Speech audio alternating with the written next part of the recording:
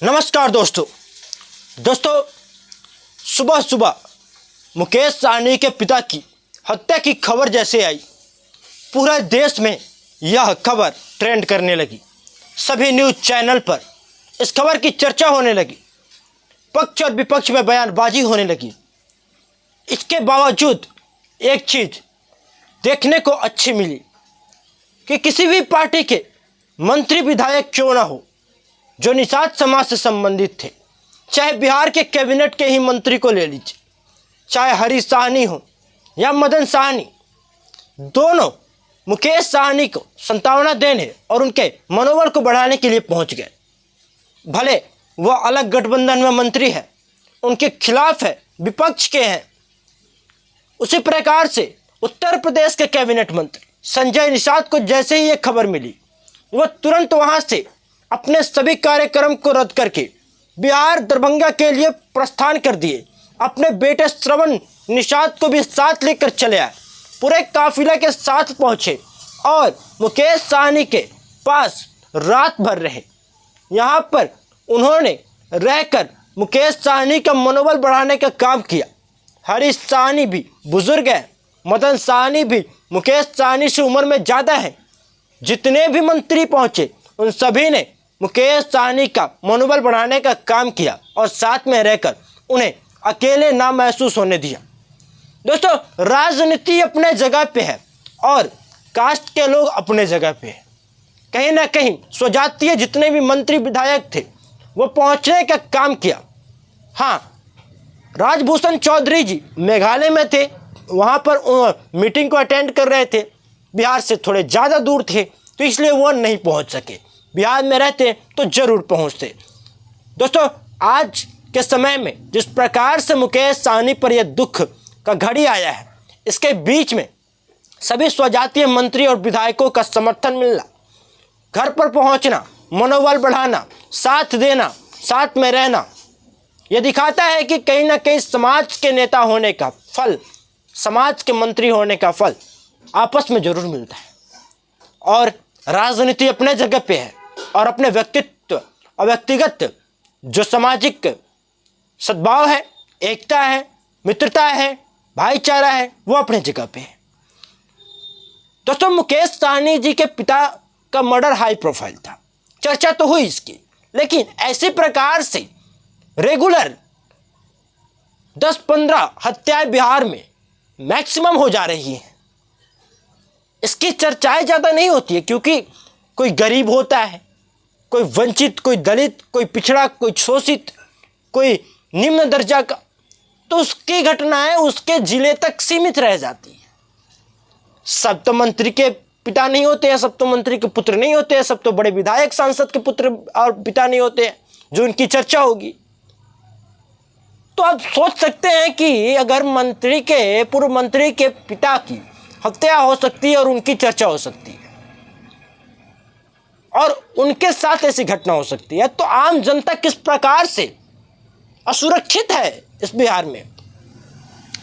बिहार में किस प्रकार से जंगल राज स्थापित हो चुका है, आप इसी बात से अंदाजा लगा सकते हैं कि अभी मुकेश सहनी के पिता की हत्या की गुत्थी भी ना सुलझी थी, तो उस तक पहले मोतिहारी, बिहार के ही मोतिहारी में डबल मर्डर की घटना सामने आ गई। पति पत्नी को चाकू से गोद कर मार दिया गया।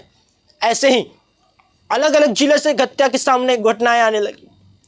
तो लगातार बिहार में लूट, डकैती, बैंक लूट, बैंक रॉबरी, हत्या, डबल मर्डर, नरसंहार जैसी घटनाएं अब सामने आने लगी है। तो क्या यही सुशासन की सरकार है? तो फिर जंगल राज क्या है? अगर इसे लॉ एंड ऑर्डर अच्छा कहा जाता है तो खराब लॉ एंड ऑर्डर किसे कहा जाता है?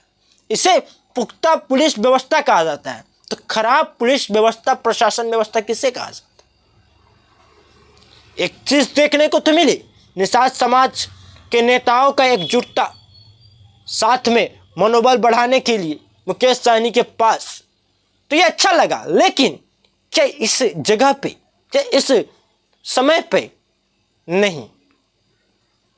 देखिए, बहुत ही दुखद घटना है और जिस प्रकार से निर्मम हत्या की गई है, यह दिखाता है कि कहीं ना कहीं ये राक्षस प्रवृत्ति के लोगों के द्वारा ही इस घटना को अंजाम दिया गया है।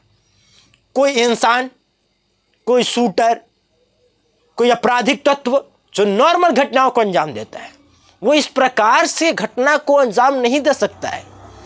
एक साइको किलर ही इस प्रकार से किसी घटना को अंजाम देता है जिसमें 100 को क्षतिग्रस्त कर दिया जाता है, क्षत विक्षत कर दिया जाता है, अंग को अलग अलग कर दिया गया है।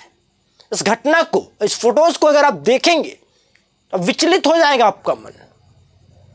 क्या किसी बुजुर्ग के इतना बड़ा दुश्मनी किसी का हो सकता है जो इस प्रकार से निर्मम हत्या की जाए? बिल्कुल नहीं। कुछ सीसीटीवी वीडियोस भी वायरल हो रही है जिसमें कुछ लोग, कुछ बंदे, 10-15 लड़के घर के आसपास के साथ सीसीटीवी फोटोज बताई जा रही है, वो इकट्ठा हुए दिख रहे हैं, हाथ में लाठी डंडे, तलवार, भाले दिख रहे हैं।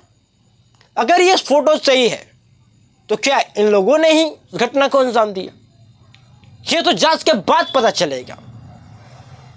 खैर, मुकेश सहनी जी एक बड़े नेता है, इनके पिता की हत्या की जांच भी बड़े तरीके से होगी, लेकिन उन लोगों का क्या होगा जो गरीब है, जो निम्न दर्जे के हैं, जिनके साथ रोज ऐसी घटनाएं हो रही है।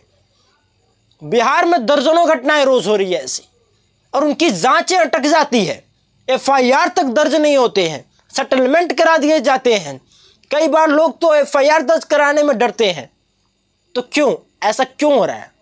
बिहार की कानून व्यवस्था इतनी ज्यादा लाचार हो गई है, जहां पर एक पूर्व मंत्री और पार्टी सुप्रीमो के पिता की हत्या हो जा रही है, तो आप इसी अंदाजा लगा सकते हैं।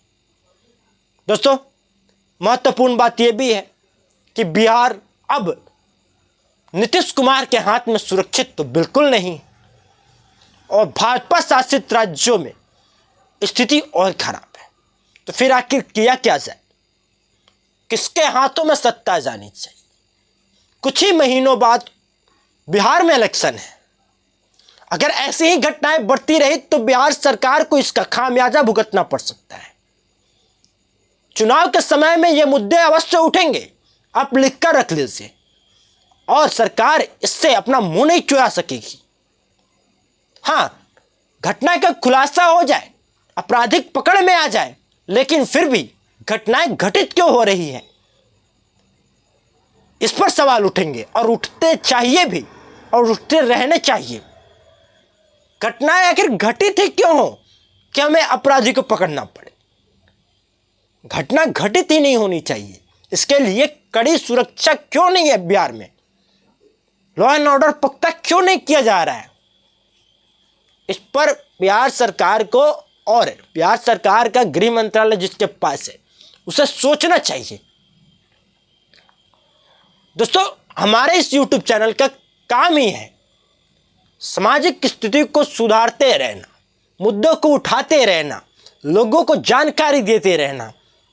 देखिए, मेरा ये चैनल निषाद समाज से संबंधित शुरू से था। मैं अब चाह रहा हूं कि दलित, वंचित, पिछड़े समाज का साथ साथ आवाज उठाऊं, साथ साथ। इसलिए मैं पहले जय निषाद राज शुरुआत में बोलता था। अब सबको लेकर चलना है, तो अगर जय निषाद राज बोलूंगा तो और लोगों को थोड़ी तकलीफ हो जाती है, दिक्कत हो जाती है। खैर, हमारे अंदर का वो गुण है, हमारे अंदर सम्मान है निषाद राज के लिए, तो वो तो खत्म होने वालों में से नहीं है। लेकिन हाँ, अब न्यूज कैटेगरी की अगर वीडियोस बना रहा हो तो इसमें कोई कास्ट बेस्ड बातें तो नहीं करनी पड़ेगी, पक्षपात तो नहीं करना पड़ेगा, आवाज सबकी उठानी पड़ेगी। तो इसलिए ऐसा करता हूं। खैर दोस्तों, ज्यादातर मैं फोकस समाज पर ही कर रहा हूं, आपको वीडियोस देखकर पता चल रहा होगा। ये वीडियो आपको कैसा लगा, और हाँ, बिहार के बिगड़ रहे कानून व्यवस्था पर आपका क्या सोच है, क्या सोचना है, कमेंट सेक्शन आपके लिए लिखकर जरूर बताइएगा। और चैनल को सब्सक्राइब करके बेल आइकन को ऑल पे सेट कर दीजिए वीडियोस ऐसे ही देखने के लिए। मिलते हैं नेक्स्ट वीडियो में, तब तक के लिए धन्यवाद।